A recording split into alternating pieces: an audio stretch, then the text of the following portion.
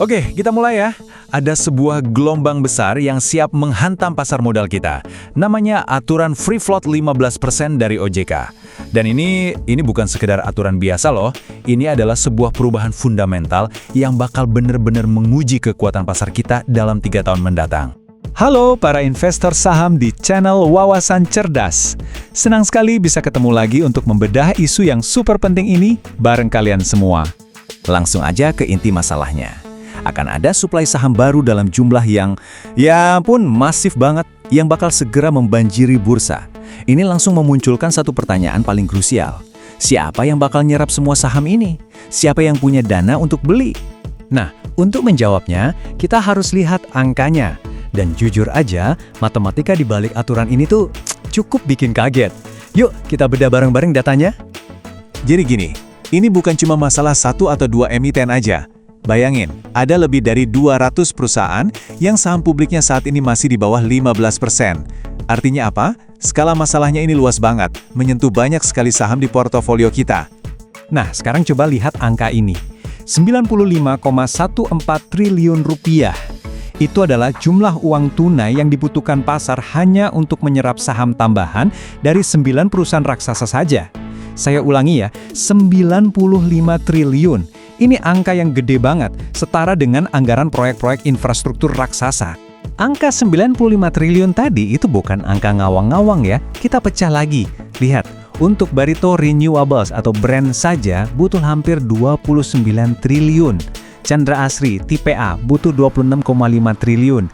Bahkan saham sekelas HMSP pun butuh lebih dari 7 triliun rupiah. Ini saham-saham besar yang kemungkinan ada di portofolio kita semua. Sekarang, kita bandingkan suplai raksasa tadi dengan kapasitas serap pasar kita. Rata-rata nilai transaksi harian di bursa kita itu cuma sekitar 20 triliun rupiah. Kadang malah di bawah itu. Nah, disinilah masalahnya mulai kelihatan kan? Visual ini nunjukin ketidakseimbangannya dengan sangat jelas. Di satu sisi, ada kebutuhan dana 95 triliun. Itu pun baru dari 9 saham. Di sisi lain, kemampuan serap pasar kita per hari cuma 20 triliun. Jomplang banget. Kalau suplai ini dipaksa masuk, risikonya jelas. Tekanan jual yang terus-menerus, atau istilahnya overhang. Harga jadi susah naik. Atau skenario terburuknya bisa memicu market crash. Oke, jadi dengan tekanan sebesar ini, para perusahaan ini bakal ngapain dong? Nah, ini jadi dilema besar buat mereka. Mereka punya 2 pilihan yang sama-sama sulit, dan waktu mereka cuma 3 tahun. Pilihan pertama, mereka bisa melakukan refloating. Gampangnya, ya nambah porsi saham yang beredar di publik. Caranya bisa lewat rights issue, di mana pengendali nggak nebus haknya, atau bisa juga lewat private placement ke investor lain. Intinya, mereka harus rela melepas sebagian kepemilikannya. Nah, ini penting banget buat kita para investor. Aksi korporasi kayak stock split atau bagi-bagi saham bonus itu sama sekali nggak menyelesaikan masalah ini. Kenapa?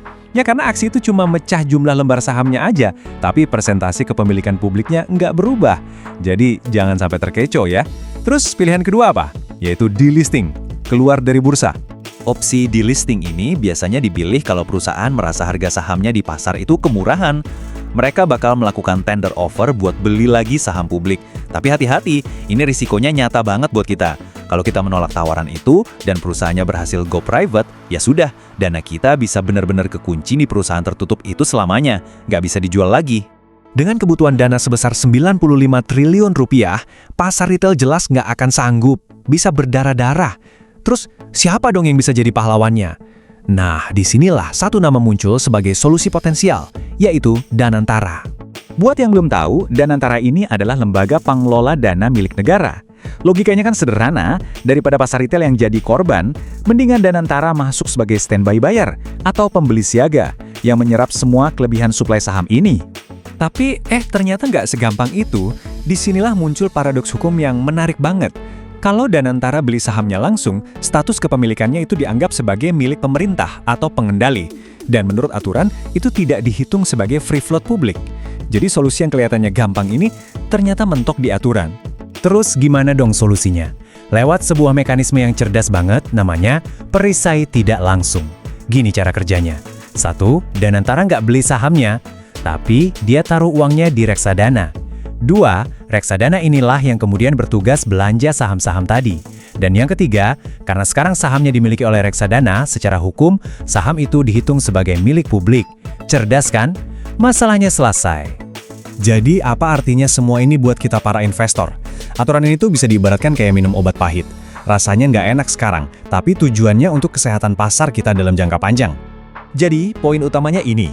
Dalam 1-3 tahun ke depan, siap-siap pasar kita bakal terasa berat. Likuiditas bisa banyak kesedot untuk menyerap saham-saham ini.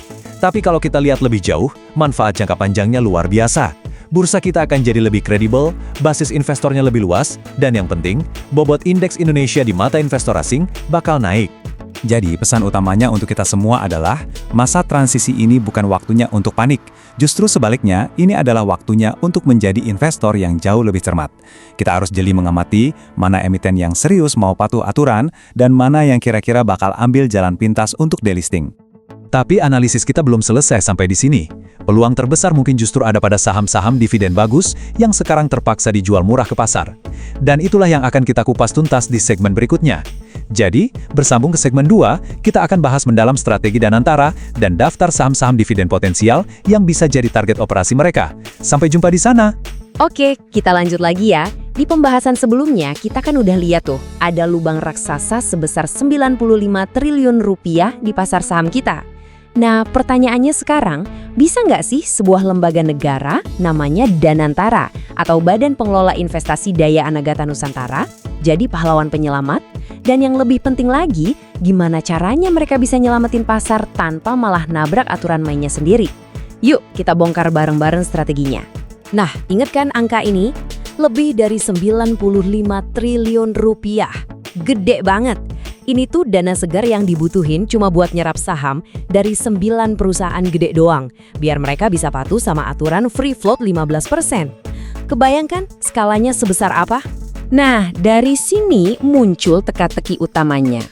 Gimana ceritanya sebuah institusi milik negara bisa turun tangan nyelamatin pasar, tapi di saat yang sama nggak melanggar aturan yang justru mau ditegakkan? Ini nih, tantangan hukum sama teknisnya rumit banget. Jadi, inti masalahnya itu gini, ada banjir saham yang nilainya lebih dari 95 triliun rupiah, dan ini harus cepat-cepat diserap pasar. Nah, tantangan segede ini jelas nggak mungkin bisa ditanggung sama investor retail. Dan ya, ayo, kita realistis aja. Ngarepin investor retail kayak kita-kita semua buat nyerap banjir saham segede itu, ya mustahil. Nggak mungkin bisa. Pasar butuh pemain kelas kakap yang bener-bener punya duit buat turun tangan. Nah, disinilah nama Danantara muncul sebagai harapan utama. Tapi ternyata peran Danantara sebagai juru selamat ini nggak sesimpel itu loh. Ada sebuah paradoks hukum yang jadi inti dari semua strategi ini. Justru inilah yang bikin mereka nggak bisa gitu aja masuk dan borong semua sahamnya. Pasti banyak dari Anda, para investor yang mikir, loh, kenapa Danantara nggak langsung beli aja sahamnya? Pertanyaan yang bagus banget. Dan jawabannya, itu ada di kerumitan regulasi yang jujur aja menarik buat dibahas. Oke, sebelum kita lanjut lebih jauh, kita samain dulu ya pemahaman kita soal free float. Gampangnya gini, free float itu porsi saham perusahaan yang dipegang sama investor publik. Kayak kita-kita ini, bukan yang dipegang sama pengendali atau negara. Nah, ini inti dari aturan yang lagi kita omongin. Nah, ini dia nih paradoksnya. Gini, kalau Danantara, kan institusi negara tuh, langsung beli sahamnya, kepemilikannya otomatis tercatat sebagai milik negara. Akibatnya apa?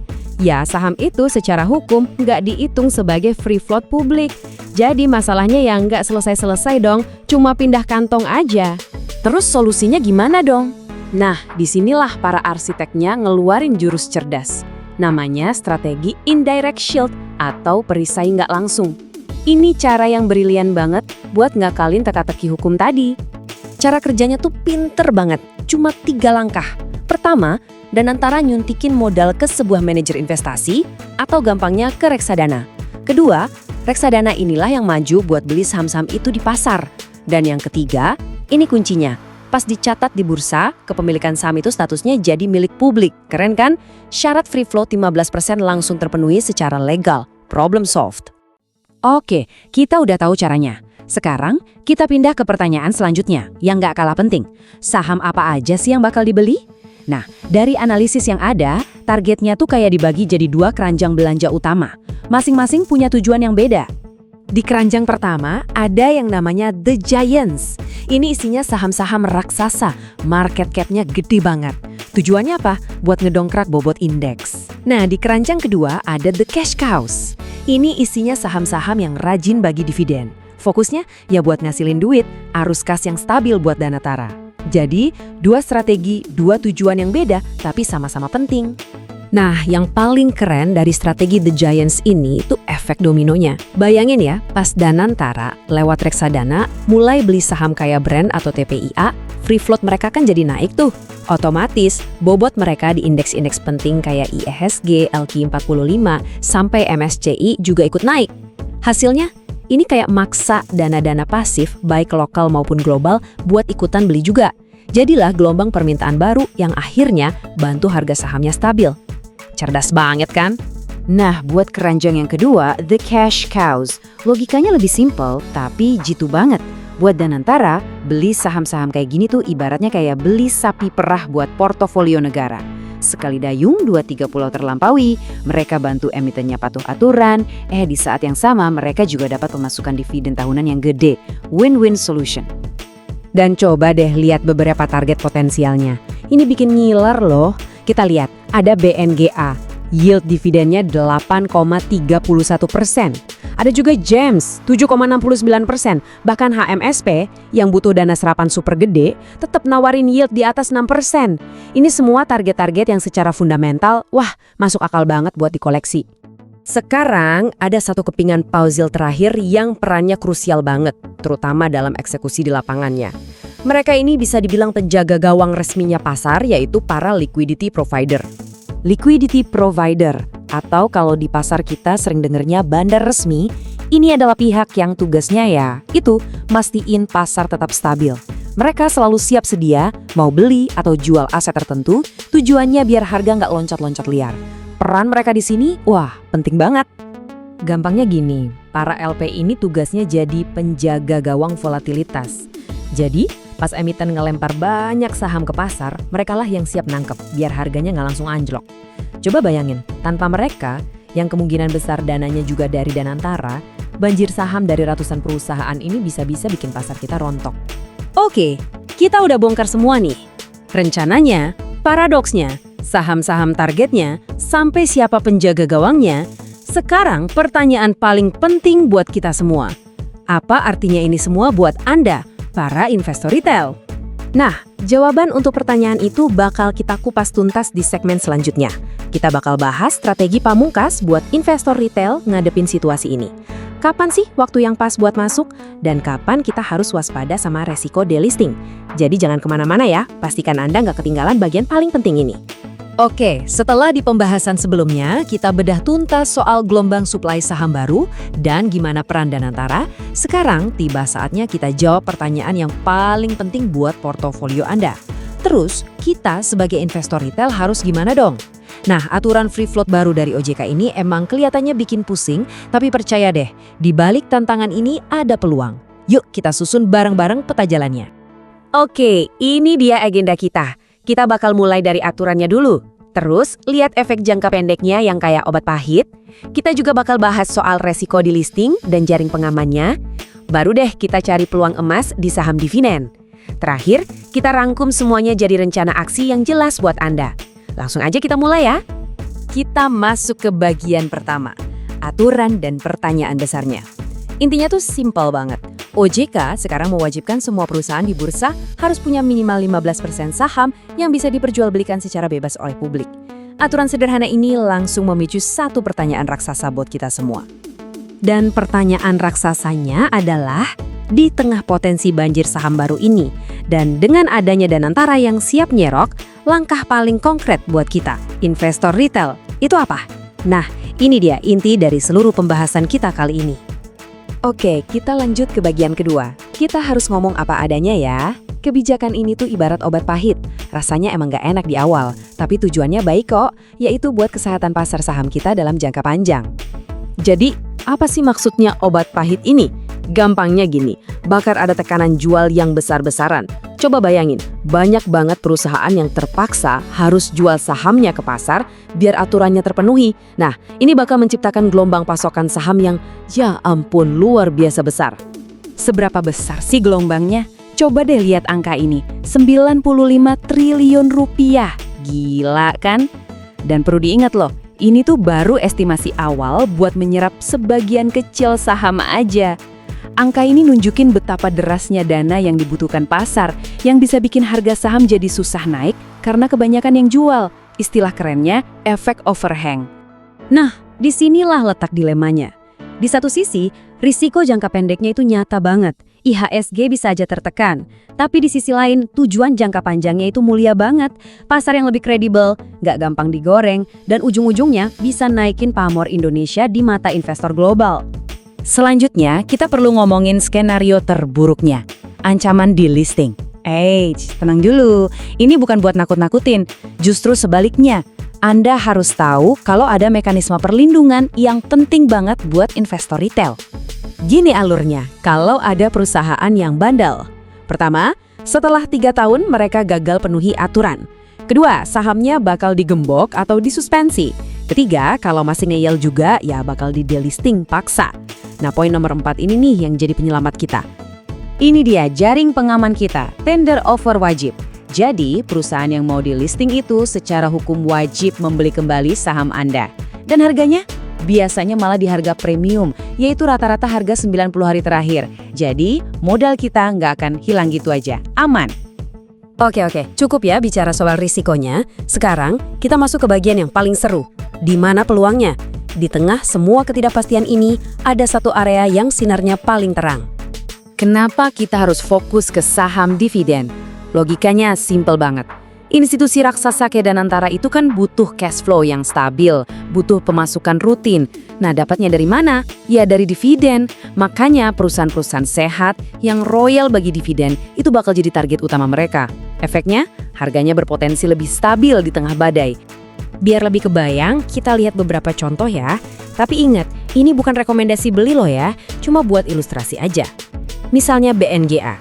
Floatnya masih kurang sekitar 7,5%, tapi yield dividennya itu loh, di atas 8%. Menggiurkan banget. Pola yang mirip juga ada di Dollar Games dan Dollar TSPC. Nah, saham-saham dengan profil kayak gini nih, yang berpotensi jadi incaran institusi besar. Tapi ada satu resiko yang perlu kita waspadai, namanya crowding out. Ini terjadi kalau saham-saham tadi cuma diserap dan diparkir sama institusi negara. Kelihatannya sih aturannya terpenuhi, likuiditasnya ada, tapi sahamnya nggak aktif diperdagangkan. Jadi likuiditasnya cuma semu, nggak nyata. Ini perlu dicermati. Nah, kita sampai di bagian paling penting. Setelah kita paham risikonya dan kita lihat peluangnya, sekarang apa yang harus kita lakukan? Ini dia peta jalan strategis Anda, dirangkum dalam 3 langkah sederhana. Strategi pertama, dan ini yang paling krusial dari semuanya. Jangan panik. Ingat ya, masa transisinya itu 3 tahun. Itu waktu yang sangat lama buat perusahaan berbenah. Jadi, jangan sampai Anda ambil keputusan jual cuma karena ikut-ikutan panik sesaat. Kedua, jadilah seorang detektif. Cermati setiap aksi korporasi perusahaan. Gimana cara mereka mau nambah float? Apa lewat private placement ke investor strategis? Wah, itu bisa jadi sinyal positif. Atau mereka malah rights issue. Kalau iya, coba lihat siapa pembeli siaganya. Cara mereka nambah float itu bisa jadi petunjuk penting soal kualitas perusahaan. Dan yang ketiga, kembali ke prinsip dasar investasi. Fokus pada fundamental.